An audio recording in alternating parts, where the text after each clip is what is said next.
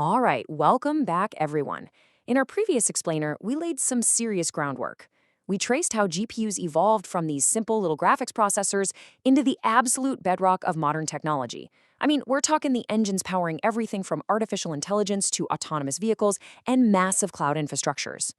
But that evolutionary leap, it leaves us with a pretty fascinating central mystery. How exactly does a tiny chip execute thousands of operations at the exact same time to make all of that possible? And really, that is the core question we are answering today. How does a GPU actually work internally?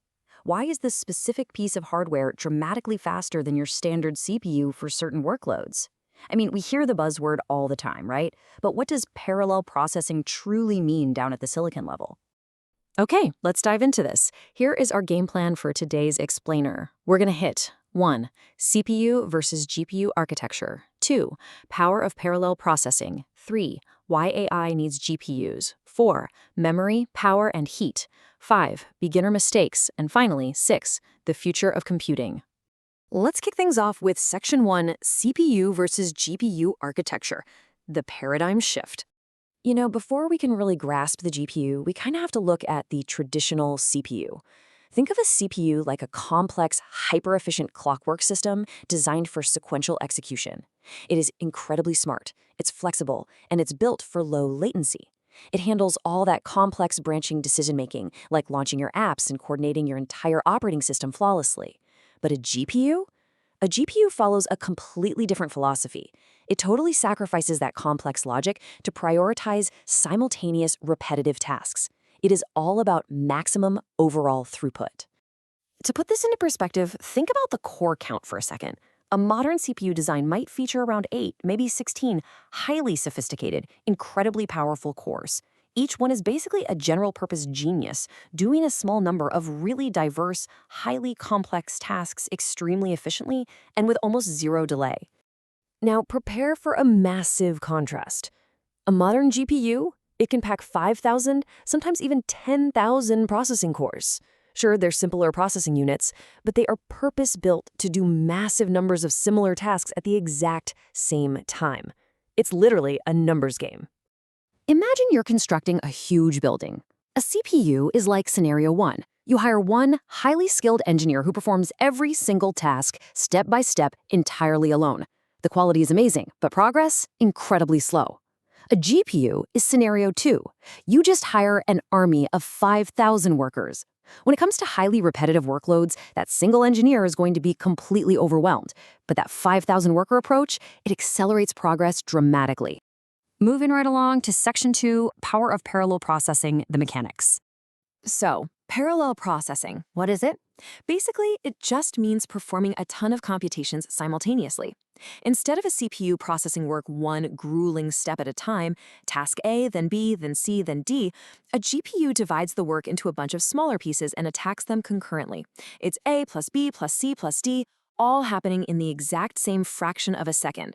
It is the ultimate expression of multitasking. And that brings us to the concept of the GPU thread. A thread is just a small execution unit responsible for processing a tiny piece of work. Millions of these threads are running simultaneously to create this enormous concurrency. But to keep things from devolving into total chaos, modern GPUs organize these cores and threads into groups called streaming multiprocessors, or SMs. Think of these SMs as the foreman actively managing our 5,000 construction workers on the job site. Let's break down how that work actually gets divided. Say we need to render 1,000 image pixels. Instead of tackling pixel 1 and then waiting to do pixel 2, the workload arrives and is immediately split up. A scheduler distributes 1,000 distinct threads across the cores, and boom, simultaneous computation begins. Every single pixel gets its color and lighting calculated completely independently, all at once. The final image just appears instantly. Which leads perfectly into Section 3, Why AI Needs GPUs, Bridging the Connection. So how does this all tie into artificial intelligence? Well, AI relies almost entirely on repeated mathematical operations. We're talking about matrix multiplication, tensor calculations, vector operations, and neural network weight updates. These are highly repetitive tasks. They don't need complex branching decision-making. They just require raw mathematical throughput, which is exactly what our 5,000 construction workers are built to do. To really put this into perspective and give you a sense of the scale shock here, Imagine an AI model needs to multiply enormous matrices, say 10,000 by 10,000 matrices.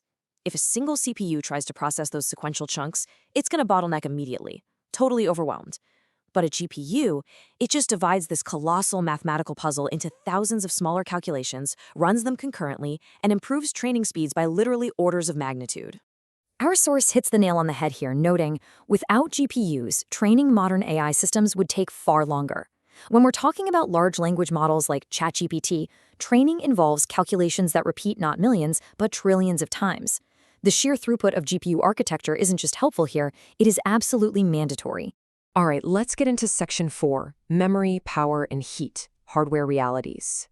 So, if you've got thousands of GPU cores demanding massive amounts of data, and every single request depended on your standard system RAM located all the way across the motherboard, well, the entire processor would bottleneck instantly. The workers would literally just be standing around waiting for materials. And that is exactly why GPUs have VRAM, Video Random Access Memory. This is dedicated, local, ultra-high-speed memory placed right on the card itself. It stores everything from textures to massive AI tensors, allowing for rapid, uninterrupted data movement. But hey, feeding data to those cores, that's only half the battle. You've got to feed them electricity too. 600 watts. That is the staggering electrical demand of modern high-performance GPUs. Just to visualize that, that's like running a small microwave oven constantly inside your computer case. And high-performance AI accelerators can consume even more than that. Stuffing thousands of processing cores onto a single chip creates a massive, power-hungry beast. And what happens when you push 600 watts of power through a tiny square of silicon? Heat. Incredible, intense heat. Thermal management is absolutely critical because overheating instantly destroys efficiency and can permanently fry the chip. This requires massive physical cooling solutions. We're talking large copper heat sinks, multiple high-speed cooling fans, elaborate liquid cooling systems, and for AI clusters, entire data center cooling infrastructures just to keep these chips from melting down. Let's pivot to Section 5, Beginner Mistakes, Clearing Up Misconceptions. We definitely want to avoid some common traps here. First up, never assume GPU cores behave like CPU cores. As we've seen, one is a genius engineer, the other is an army of simple workers. Second, ditch the idea that GPUs only render graphics. They are now the absolute engine of global AI. Third, do not ignore memory bandwidth. Raw computing power is completely useless if it's starving for data. And finally, never assume that just throwing more cores at a problem automatically guarantees better performance. How those cores are organized and fed data is the real secret sauce. Finally, Section 6, the future of computing, the big picture. Look, workloads are only getting bigger. Scientific simulations, climate modeling, autonomous driving, and massive generative AI models. Sequential processing alone just cannot keep pace anymore because we are hitting the physical limits of traditional silicon speeds. Parallel computing increasingly defines modern computing architecture. Entire data centers are now being built around massive GPU infrastructures, clustering thousands of GPUs together using hyperfast interconnects like NVLink, allowing them to communicate and train neural networks at speeds we literally thought were impossible just a few years ago.